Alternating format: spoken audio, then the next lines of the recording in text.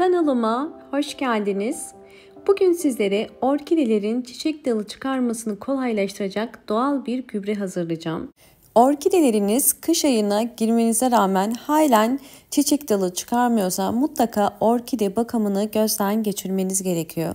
Orkidenin yapraklarını ve mutlaka köklerini kontrol ettikten sonra orkidelerinizin yeniden çiçek dalı açabilmesi için uyuyan orkideleri yeniden uyandırmak için sıvı bitki besinlerini vermek gerekiyor. Bugünkü sıvı bitki besinini odun küründen yapacağız. Bu görmüş olduğunuz mangalda ben odun yakmıştım ve bu odunun küllerini bakın bu şekilde alıp bir tabağa alacağım. Odunlar genel olarak meşe odun olabilir ya da diğer odunlar olabilir. Her bir odun içerisinde bulunan elementler farklıdır. Kimisinde çok fazla potasyum, kimisinde çok fazla kalsiyum olur. Sizler de yakmış olduğunuz odunların külünü bu şekilde ayırabilirsiniz. Tabii bu doğal sıvı bitki besini için yanmış odun kullanmıyoruz. Sadece fırınlarda ya da evinizde yaktığınız odunların külünü kullanabilirsiniz. Şimdi bu odun külünün eleyeceğim. Çünkü içerisinde gördüğünüz üzere yanmamış odunlar var ve bu yanmamış odunlardan ayırabilmek için bu şekilde bir süzgeçte süzeceğim. Bizim için sadece en altta kalan un gibi olan küle ihtiyacımız var. Bildiğiniz üzere orkidelerin kökleri çok hassastır. Bu yüzden orkide köklerine zarar vermeyecek şekilde bir gübre hazırlamamız gerekiyor. Bakın süzdüm ve altında bu şekilde toz bir gübre kaldı. Odun kürü hem bitkiler için hem de çiçekler için inanılmaz faydalı. Biz de bugün odun külünü orkidelerde nasıl kullanabileceğinizi göstermek istiyorum. Bunun için bir yemek kaşığı dolusu odun külünü bir kaseye koydum ve üzerine yaklaşık olarak 2 litre su koyuyorum. Odun külünün içerisine 2 litre su koyuyorum. Sizler isterseniz içerisine yağmur suyu da koyabilirsiniz. Bakın bu mevsim yağmur mevsimi olduğu için ben gördüğünüz üzere bir su bardağı dolusu yağmur suyu koyuyorum. Çünkü yağmur suyu çiçekler ve bitkiler için inanılmaz faydalı. Sizler 1 litre su yerine yağmur suyu da koyabilirsiniz. Bu şekilde ara ara karıştırarak bir gece bekletiyorum. Bir gece beklettiğim bakın odun külün üzerindeki bu siyah şeylerden ayırmak için bu şekilde süzgeçte eliyorum. En altta posası birikecek. Bu posayı kesinlikle orkideye vermiyoruz. Bunu mutlaka sıvı olan kısmından ayırmamız gerekiyor. Çünkü bunu eğer direkt ayırmazsak orkidenin köklerine yapışır ve fayda sağlamaz. Sadece suyu bizim için gerekli. İyice süzebilmek için ben bir tül kullanıyorum. Tülün içerisine bütün suyu döküp bunu iyice süzeceğim. Özellikle odun suyunu neden kullanıyoruz? Çünkü odun suyunun içerisinde yüksek miktarda potasyum, kalsiyum, magnezyum var ve fosfor var. Bunlar da özellikle bitkilerin köklerinin güçlenmesi, gelişmesi ve bol bol çiçek açması için çok faydalı. Bakın bu şekilde süzdükten sonra bir su ortaya çıkıyor. Ve burada şu anda bol miktarda kalsiyum var. Ve biz bunu özellikle orkidelerimize sıvı bitki besini olarak kullanacağız.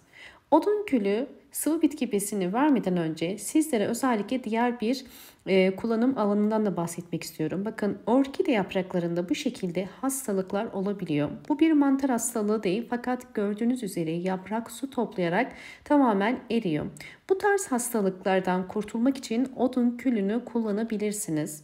Burada yapmanız gereken hastalıklı olan kısmı bir makas ile kesip daha sonra kestiğiniz kısmı dezenfekte etmek. Çünkü bu tarz hastalıklarda kestikten sonra tekrar hastalık devam edebiliyor. Bu hastalığın devam etmemesi için kesilen yere odun külünden bakın sürüp bu kısmın kurumasına yardımcı olacağız. Odun külünün özellikle dezenfekte etme, temizleme özelliği de vardır. O yüzden bu bölgenin dezenfekte olup kuruması için odun külü kullanıyoruz. Sizler de bu şekilde hastalıklı kısımlara uygulayabilirsiniz. Evet, bunu uyguladıktan sonra bir pencere kenarına koyup bu bölgenin zaman ile iyileşmesini bekleyeceğiz. Evet, birkaç gün geçtikten sonra bakın odun külü sürdüğümüz kısım bu şekilde kurudu ve artık hastalık devam etmiyor. Bu da yapmış olduğumuz yöntemin doğru olduğunu gösteriyor. Özellikle odun külünü sıvı bitki besini olarak nasıl kullanacağız bitkilerde bunu göstermek istiyorum. Her bir saksı için 5 yemek kaşığı kadar kullanmanız yeterlidir.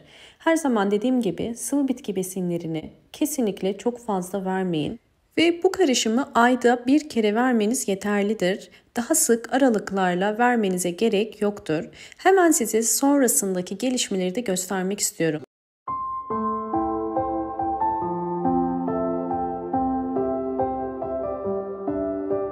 Videomu buraya kadar izlediyseniz ve beğendiyseniz hemen beğen tuşuna basıp kanalıma da abone değilseniz eğer bana destek olmak için abone olabilirsiniz.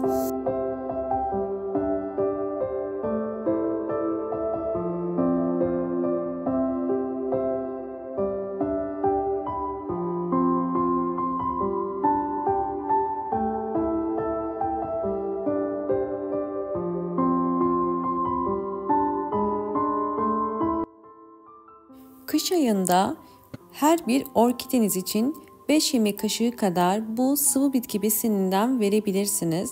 Ve evdeki tüm salon çiçeklerinizde bu karışımı kullanabilirsiniz.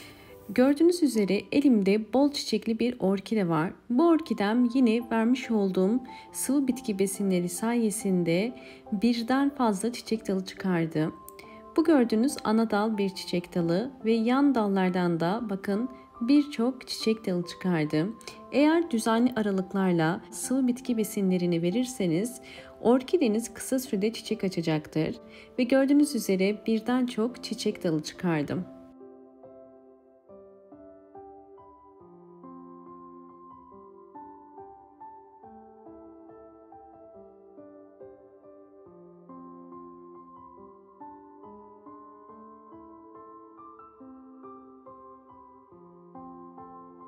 Odun külü özellikle orkide köklerinin sağlıklı olmasına da yardımcı olur. Bakın yeni bir çiçek dalı daha çıkarmaya başladı.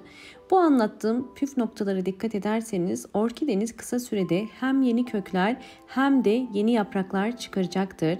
Bir orkide eğer yeni kökler çıkarıyorsa bu orkidenin sağlıklı olduğu anlamına gelir. Ve en önemlisi orkidelerinizi bu işlemi yaptıktan sonra mutlaka bol ışık alan ve direkt olmasa da pencere kenarına yakın bir yerde konumlandırmanız gerekiyor. Umarım bu anlattıklarım sizler için faydalı olmuştur. Videomu buraya kadar izlediyseniz hemen beğen tuşuna basıp kanalıma da abone değilseniz eğer bana destek olmak için abone olabilirsiniz. Bol bol yorumlar yapıp yorumlar kısmında da sorularınız varsa sorabilirsiniz. Hoşça kalın, sağlıkla kalın.